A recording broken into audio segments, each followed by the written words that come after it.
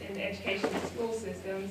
And at that time, my Aunt Lynn, she mentioned several songs that really reminded her of my Aunt Beverly and things that she's accomplished. And I'm just going to share one of those songs with you now, and then the next verse we'll hear with my aunt, Dr. Beverly Gurley. They said I wouldn't make it. They said I wouldn't be here today. They said I'd never amount to anything. Though the road's been rough and the going mighty tough, still I'm not going nowhere. I'm right here to stay. There were many that started out with me, but now they're gone astray. But I'm still holding on. I'm still holding on to his hand.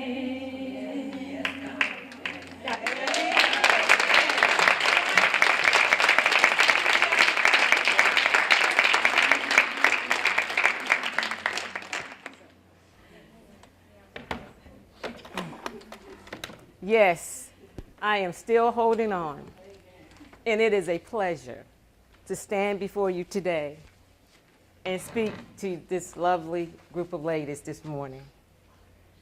And I want to thank Luella, my sister, for asking me to come.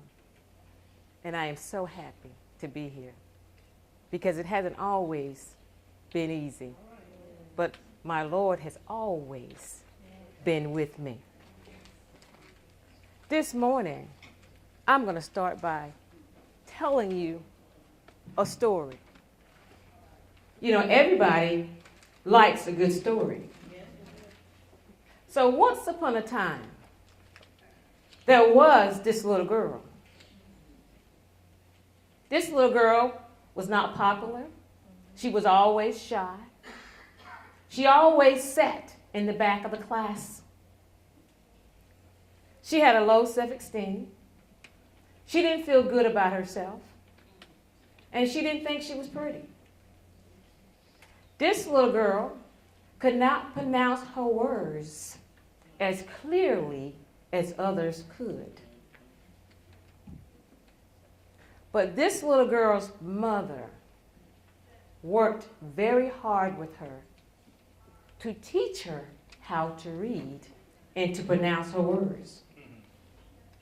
Her mother worked at a factory about 5 blocks away. Her mother would walk home in the afternoon after working at this plant all day. And she ate supper, and she worked with that little girl to teach her how to read and to pronounce her words. The little girl would cry. Her mother would get very upset because she could not understand why her daughter could not read and remember what she heard. But her mother didn't give up. She didn't give up. She kept trying. The little girl was held back in the 2nd grade. The next year, 2nd time around, the little girl in 2nd grade, she still had the same problem. Learning how to read and to pronounce her words correctly. But this year, the little girl had a very special teacher. The teacher name was Mrs. Green. The little girl used to cry every day to go home because this little girl wanted to go home. She did not want to be at school. She just hated school. But she hated school because she had a hard time relating to her friends. She's always sat in the back of the classroom unseen. And if no one said anything to her, she wouldn't open her mouth. But she was a thinker, and she was very observant. She watched everything that went on in the classroom. Mrs. Green told the little girl one morning, you can cry all you want. You're not going home today. You're not going today. Miss Green worked with that little girl many hours to help her learn to read and to help her pronounce her words clearly.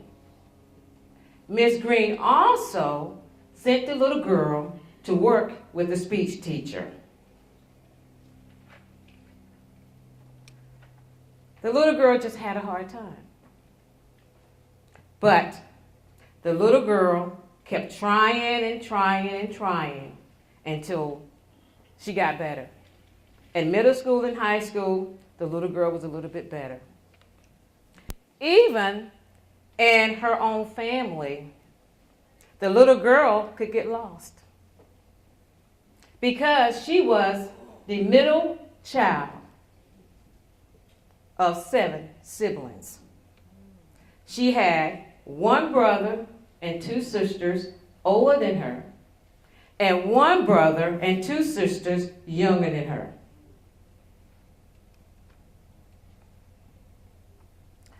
The little girl would often draw her family, and she would often get the Sears Roebuck catalog or the J.C. Penney's catalog. And she would cut out herself and her mom and dad. Now, she didn't want the other sisters and brothers in it. She never cut them out. And you know, back in those times, you didn't find many African Americans in those books. But when you did, they were beautiful. That little girl cut out the prettiest little girl in the world for her. She had the handsomest man for her dad. And she had the beautiful woman for her mom. When she cut out those pictures, she planned her own little secret family. And that little girl cut out everything she wanted in her life. She cut out all the pretty clothes that she knew she didn't have. Her mom and dad had the best clothes. She decorated her room. She had her own room. You know, the little girl didn't have a room with 7 siblings. There were like 4 people sleeping in the same room, so she wanted her own room. So she had the princess room for her. And her mom and dad had their room and their own bathrooms and all that kind of stuff. The little girl was a dreamer and a thinker. The little girl knew what she wanted in life, but she didn't know how she was going to get it. But I'll tell you this, that little girl prayed, but she didn't know what she was doing. You know, you pray, but you don't know what you're doing as a child. And you know, the Lord listens to children, the mouths of babes.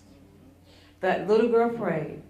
And her family, she had a very good family. And her father and the family, they always went on one special vacation a year. They went on many other little ones, but they went on one special vacation. They always went to the beach. Got up they had to get up by 4:30 in the morning. Got everything done. Your mom had all the drinks and all the sandwiches in the cooler. 5:30, they were riding to the beach. You know why? That little girl's father made sure they saw the sunrise. He said, there's something about that sunrise. You have to see it. And every year, they went to the beach. Everybody piled up in that car. 9 people. They went to the beach. By 11 o'clock, they were going back home. But you know why? The beach got crowded. And when you have a protective father and a protective mother, they don't want you in that crowd. The little girl, they couldn't afford to stay in a room. So you know they had to go back home. And they made it back home before dark. But the little girl had a loving, praying family. And her father was a praying man. And he said to them, you have to get down on your knees and say your prayers. You cannot say your prayer laying flat in your bed, looking up. You got to bow down to the Lord because he's been good to you.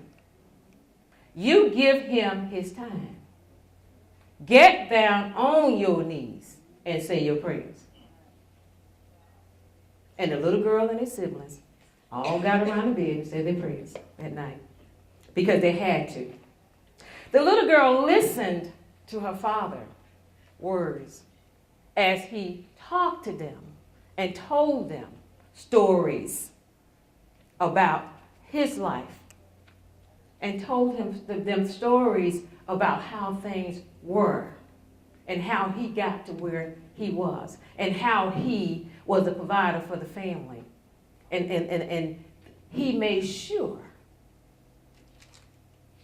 that the little girl and her siblings had whatever they needed. He made sure they had whatever they needed. They didn't have a lot, but they had what they needed. We couldn't go, or they couldn't go, the little children. Could not go and stay over at a friend's house. They couldn't do that. They couldn't stay at friends' houses. They could not do that because they didn't believe in that. You stayed home. You stayed at your own house. They 7 of y'all. Y'all play together. Y'all don't need anybody else to play with. That's what he said. But the little girl kept her shoebox. And she put everything that she wanted in life in that shoebox. And as she grew, the shoebox enlarged with her. Despite the odds in her life, she had a loving family. And she held on to a song that her father taught her and her siblings to sing. Her father made them sing that song everywhere they went. And he always told them that they sung that song so beautifully. When the little girl and her siblings knew they couldn't sing. The name of that song was Take the Lord with You. Everywhere you go. He take the Lord with you. Everywhere you go. In the streets, in your home, when you're all alone. You take the Lord with you. And when the little girl and her siblings would go out, he would always say, take the Lord with you. It didn't matter if they were going downtown or to the club. It was take the Lord with you. The little girl also held on to 3 scriptures that guided her along the way in her life.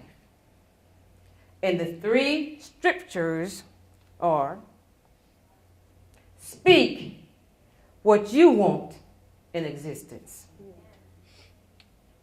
Power is in the tongue. The power is in your tongue. Speak what you want in existence. Proverbs, the 18th, the 21st chapter. The next scripture, Be courageous and use common sense. Be courageous and use what? Common sense. You can't be a fool. You got to use common sense. You know, we can be courageous and bold about things, but you got to use common sense. 2 Timothy, the 1st and the 7th verse. The next one.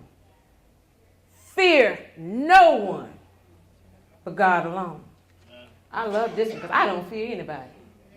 Not on this earth. I only fear God alone. Because I know He has guided me and have brought me to where I am today. And without Him, I would not be standing here. Amen. So, fear no one but God alone. Psalms, the 27th chapter, the 1st to the 3rd verse, and the 14th. Now, I guess you're probably wondering. I have a confession to make. I was this little girl. The little girl in the story is me. Is there anyone else in the audience have felt like the ugly duckling in their family? Because I have. I have felt like the ugly duckling. I wasn't the smartest one. I had the hardest time in school learning to read, but I was a dreamer and a thinker, and I was very observant. I knew what I wanted in life, and I prayed about it, and I cut it out, and I put it in my box, and I got those things. And I was wondering, how did I get these things? They have come to pass. But when I sat back and reflected on it, I didn't reflect on it until really till somebody else brought it to my attention. They said, "You remember when?" And I said, "Yeah, I remember." But you got those things. And some of those things I got better than I put in that box. It was because I believed that I could get those things. I believed because my father said, "You can have anything you want. Give God the praises for it." I give God praises for everything I own. I don't own this jacket I got on, but you know what? He allowed me to have it in the Word today. It is not mine. But I'm thankful that He allows me to have it today. Because I'm going to tell you, I love the Lord. And I know what He has done for me. And I don't need anybody to tell me any different. Okay? You can't steal my joy. You can't steal my joy. I have it. And I'm going to keep it. All for myself. I give God all the grace and the glory for it. Trusting in God can get you further than you can get yourself. Than anyone else can get you. He's the only man that can do it for any of us. Yes, I retired as superintendent. I never thought I would be a superintendent. I didn't start out to be a superintendent. I didn't. It happened. It wasn't in my plans, but it happened. And it happened by the grace of God. He used me. And I say, and I pray to Him, use me to do your will. Take me out of it. I want to be your messenger and do what you asked me to do. And yes, I own a trucking company called RMR Trucking. And I also own a consulting business called Gurley Consulting. But prior to serving as superintendent, I have successfully served in other capacities in education. by the grace of God. Now, because I didn't do anything. He worked through me to do everything that I have done that's successful. I take absolutely no credit. No credit for what he's done for me. But I love it because I know that I have changed the lives of students.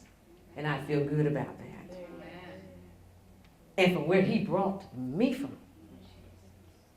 Now, if the Lord can do what he's done for this little girl standing here, he can do it for anyone. Anyone. He did it for me. I was not supposed to make it. I wasn't supposed to make it. And I know it. I wasn't supposed to make it. But he knew what he was going to do for me the day I was born. He knew that my struggles were going to only make me stronger. Because if you don't struggle and go through something, you don't know who the Lord is. I count it all joy because it wasn't easy. I worked as a school bus driver as an adult. I already graduated from high school. I worked with the orthopedically handicapped children in Florence. I drove a school bus all over Dillon County, Marion County, the PD, picking up children, handicapped children. Got to Florence, worked at Southside Middle School with these children. Now, this was in 1979. The law passed in 1978 said all the children of special needs had to attend a public school. Yep. That's right. You sure do. Because these children were sitting on the back porch. That's right. Some of them have never been out of their house. But we did wonders with these children. We took them to the Y's. We took them to the fairs. We taught them how to take care of themselves. Yes, I've changed Pampers. That's right. I've changed pads. I cleaned sores to the bone. I did that. But it was a joy for me to do. I loved my children, and they loved me. And with the special needs children, they don't want you to do everything for them. They want to do everything that they can for themselves. You're coaching them. I had to lift children, pull them up. Little old me. I did. But I'm going to tell you a joke to make you laugh right quick. I was in the mall one day. One summer, I had on a sleeveless dress. And this guy passed by. And he looked and he came back. He said, "Ma'am, I don't mean no harm, but you got some beautiful arms. Do you lift weights?" He said, "Ma'am, I'm not flirting with you. I just have to tell you that." I said, "No, I don't lift weights." I said, "But I lift children." And I told him what my job was. Amen. And he said, "Well, ma'am, I'm just going to tell you, you have some beautiful fine arms." But it was funny. But and I have been asked that a lot. Do you lift weights? I have never lifted weights in my life. I just lift kids. But anyway. But with this job as a teacher assistant and a bus driver, I made $600 a month. Do you hear me? $600 a month was what I brought home. Okay? And at that time, I had a 4-year-old and a newborn. During that time, I worked as the teacher assistant with the orthopedically handicapped children. And I was a wife, a mother, with those small children. During that time, I decided, because of the love of children, and there was a need and I wanted to do more, I decided to go to school full-time at night, 4 nights a week in 2 summers, to get a BA in elementary education, because I wanted to do more. I wanted to help children learn. I got off that bus at 5:30 in the afternoon. Had to be at Coca College by 6. An hour away from Dillon. But by the grace of God, we made it. A friend of mine, we were riding together. We had $6 for gas. We shared a hamburger. One hamburger. And we made it. By the grace of God, we never had a flat tire. We never ran out of gas. Now, I know that that third person was with us the whole time. Because we never had a flat tire, and we never ran out of gas, and we knew we didn't have $6 worth of gas in that car. But by the grace of God, he was always with us because he knew our hearts. He knew what we wanted to do in life, work with these children and make a change in their life. Also during this time, I worked as an office assistant at a primary school. And I worked with children. I was going to school then, had a mother and going to school. So I worked as an office assistant. I graduated with my BA in education in 1989. At that time, I was offered a job as a 5th grade teacher.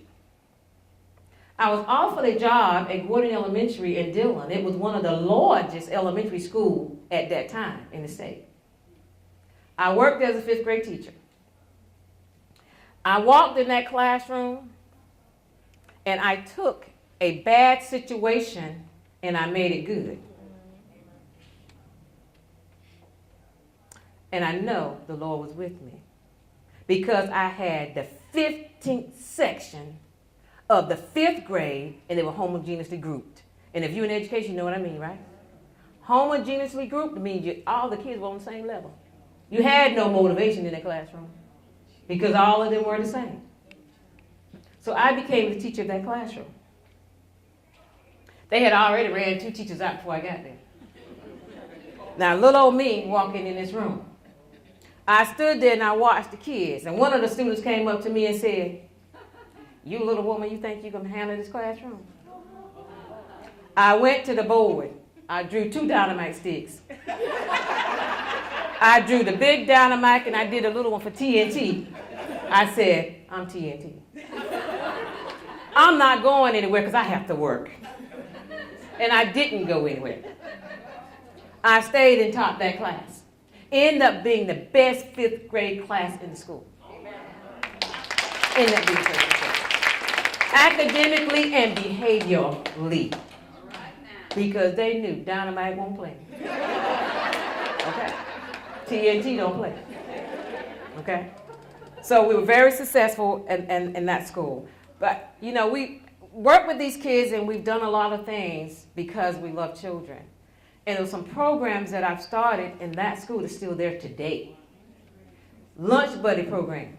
I started in that school where I went out and got retired teachers, lawyers and doctors and everybody I could find. Let me tell you something. Don't think you can do it by yourself. Amen. I can't do it by myself and I don't try. I look for people that can come in and help me do it. I look for people that's smarter than me in certain areas. I don't need to know all you know. I need to know a little bit to know that you're doing it right. Okay? So what I've done, the Lunch Buddy program, when they came in, they could listen to the kids, but they could not give the kids anything. They could only buy a book, put it in the media center with that child's name in it. That child had to go to the media center and find the books and read it. And they wanted to see their name in print. So they would go find the books with their name and read them. And the student and their siblings would do the same. So academically, that class improved. We had the highest gain on the state testing in that classroom. And remember, it was the 15th section of that grade, homogeneously grouped. But that class had the highest gain in the whole school. And it wasn't so much as what I've done. It was going out to get the right people to come in and help with those students. From there, and at that same school, I had a principal that kept putting information in my box about becoming an administrator. I said, "Listen, I just want my little classroom of students. I don't want to do anything else. I don't want to run a school. Give me my students." She kept saying, no, you need to go back to school to get your degree in administration. She did it for 3 years. I said, let me get this woman off my back. Just let me go ahead, register for this school, and go. And I did. I went to attend Winthrop University to get my master's in administration and supervision. And after I completed that, someone called and said, in Sumter at Millwood, they need an assistant principal. I said, okay, I'll apply. I didn't think I was going to get the job, but I did. I went for the interview. There was a team of teachers, and the interview was great. I was called the next day and said, you have the job. I went to that school for 2 weeks. I looked around, immaculate. I said, they don't need me. There was something kept saying, they don't need you here. You're not needed here. In my mind, I walked around. The principal, Dr. Hilton, came up to me and talked to me, showed me my beautiful office. And I sat there, and I just looked around, and I looked at task data, I looked at everything, and I said, something kept saying, you're not going to be here. They don't need you here. Something just kept telling, I knew I was not going to be at that school. After 2 weeks, I received a call, says, in Marlboro County, they need a principal at Clio Elementary Middle School. I said, okay, I'll apply for that since I was called. And I was hired for that position. I was hired on the 6th, and the teachers came back on the 8th.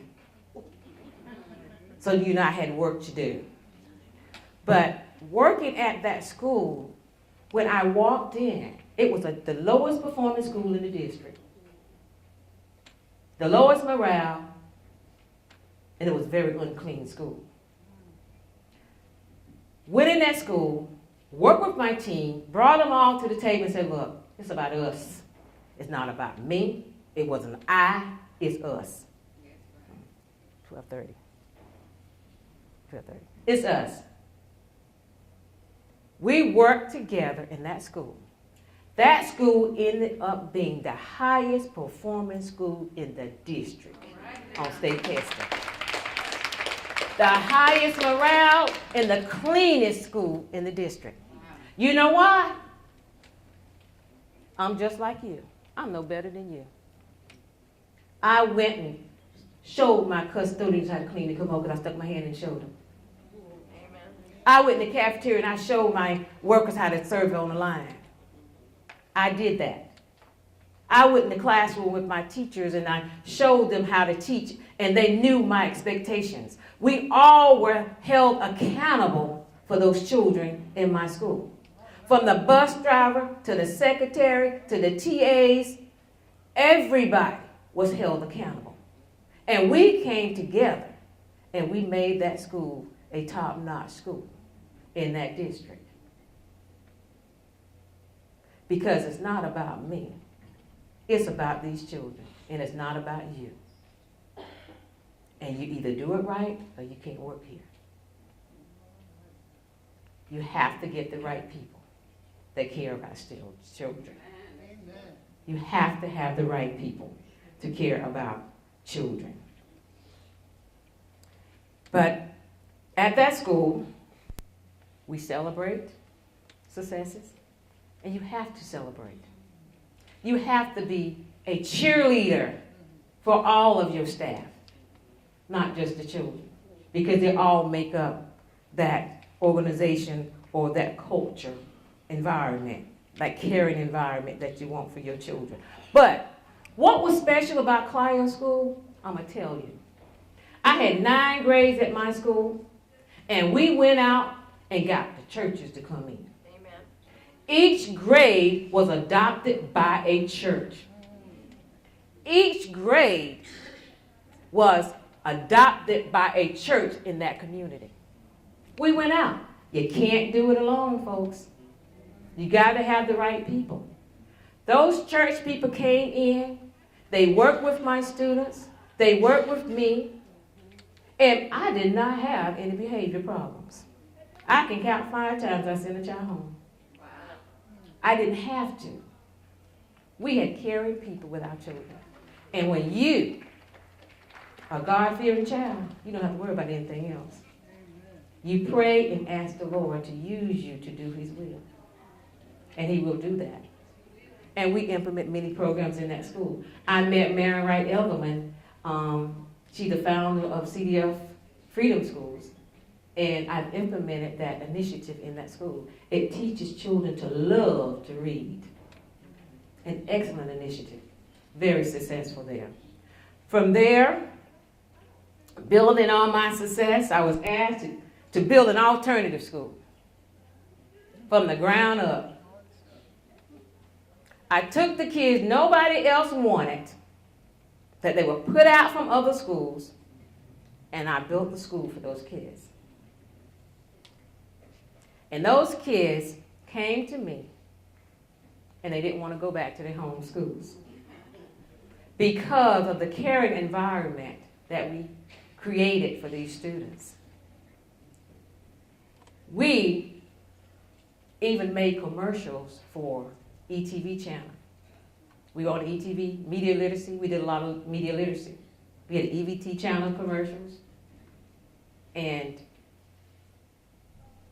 when a kid came to our school from another school, after we have built this environment, I didn't have to worry about them. Because my students would say, you're not coming over here acting up. I didn't have to tell them. The students said, you're not coming here acting up. You're not coming over here with that. You won't come over here, you're going to act like us.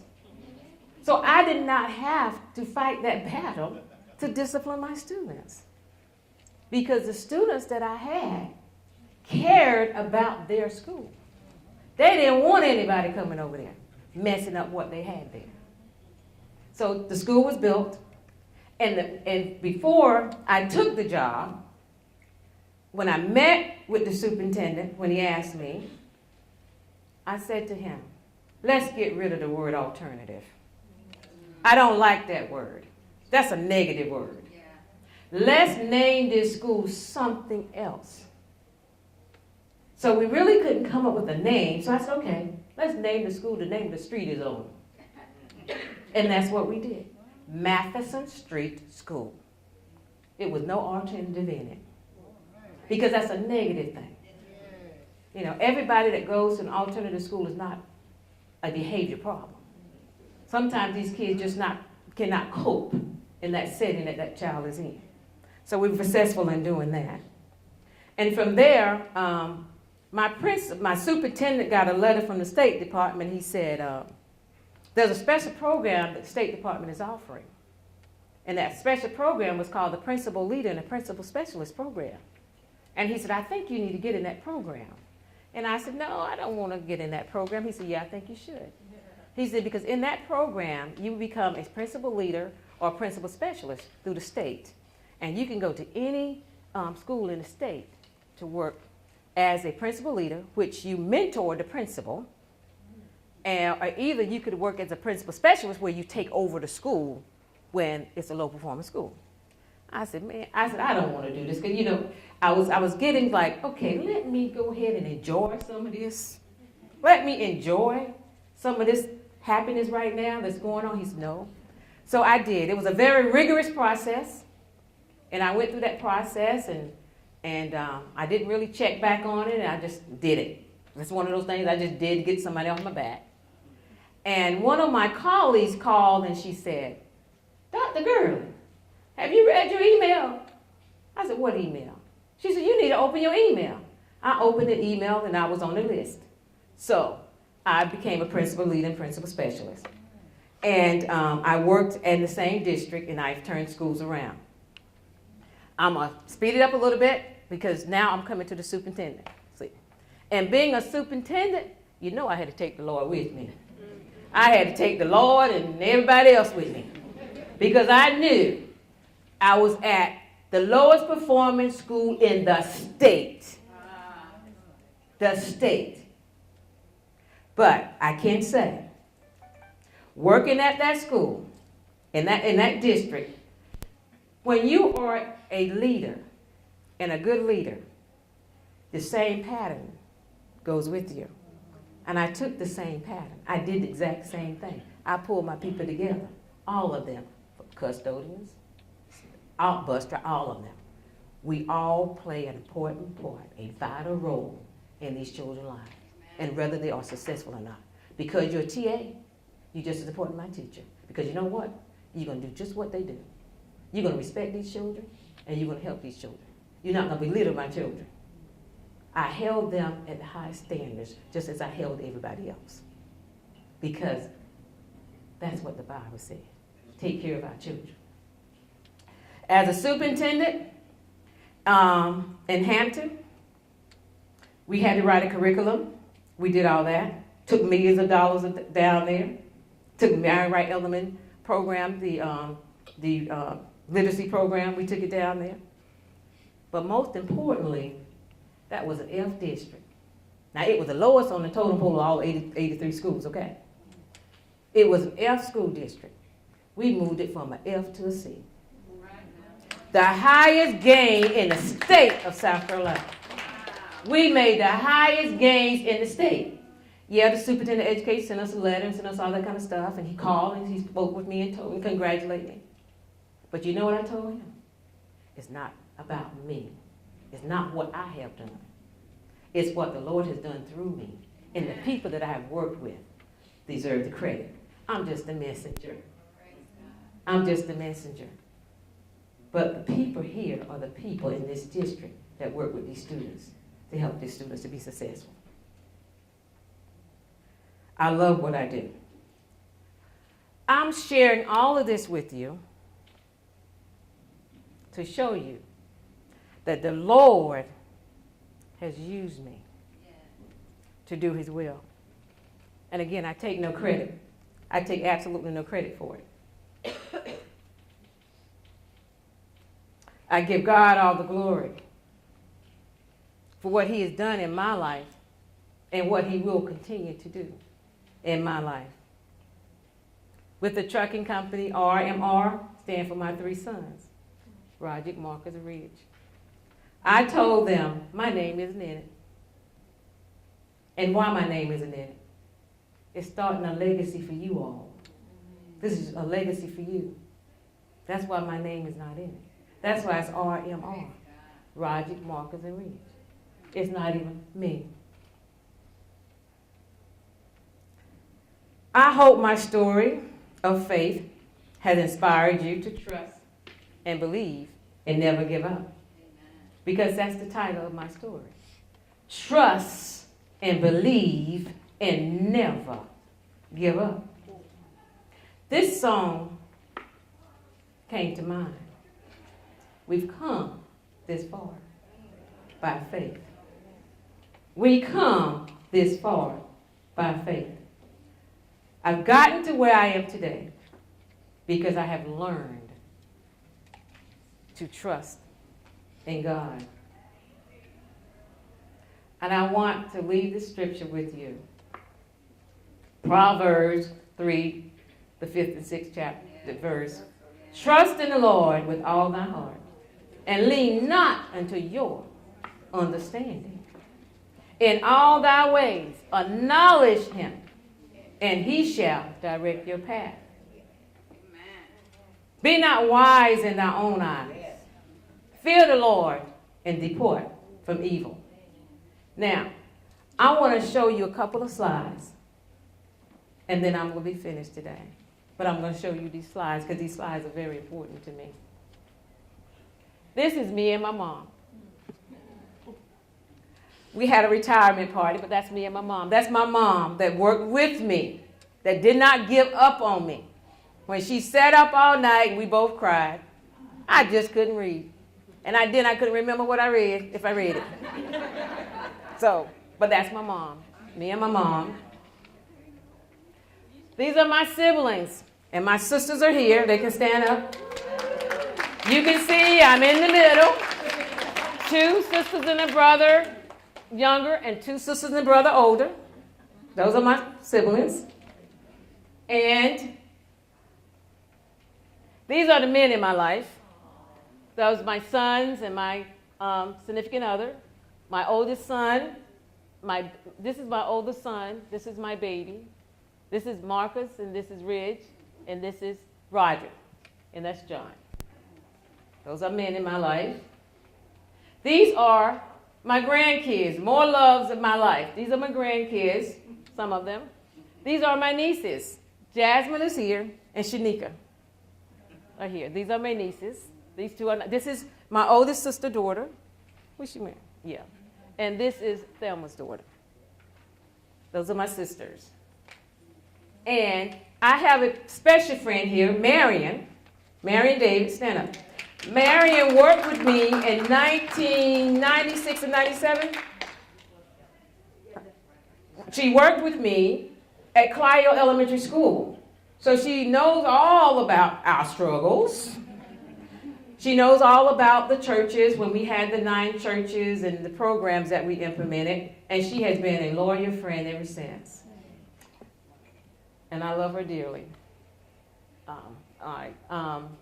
That's just my family again, right? Okay, now, you have a special treat. And the special treat, we're going to give each one of you a box. And the reason I'm giving you that box, because my shoe box was sacred to me. I lived by that shoe box when I was a child. I mean, everything I wanted in life, I put it in that shoe box. Now today, I have my little box, and it's called Prayers Box. This is my prayers box. Marion gave me this little box.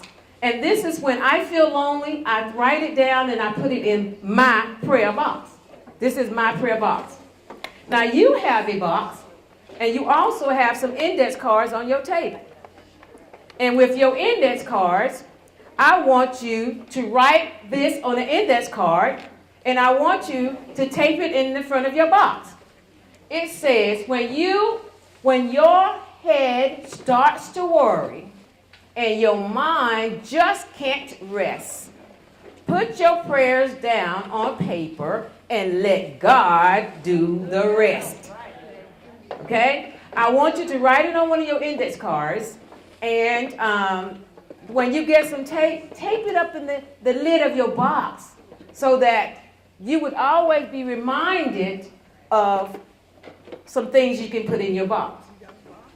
Okay, I'm going to wait and let you copy the words.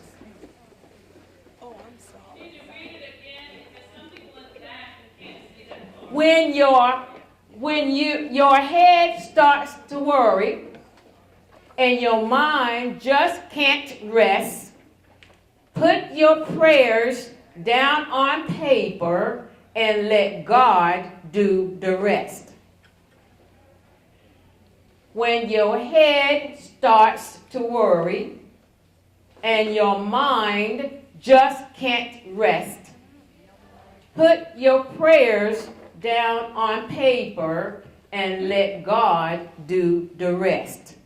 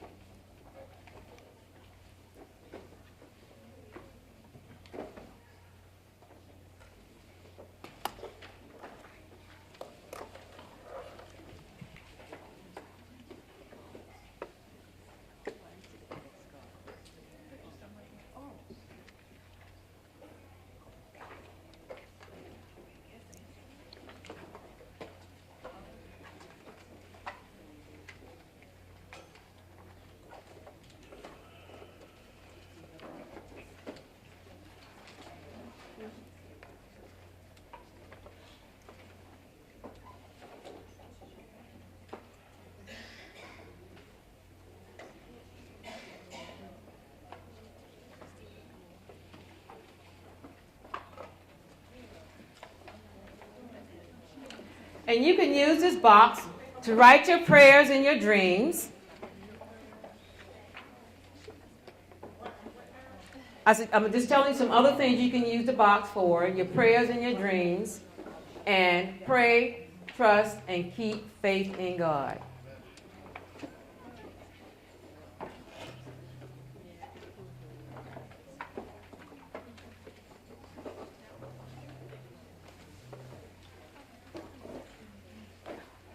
Thank you. Thank you, thank you. Are there any questions or anything? Y'all feel free to ask, but thank you so much because the Lord has really been good to me and my family. And I give him all the praise and all the glory.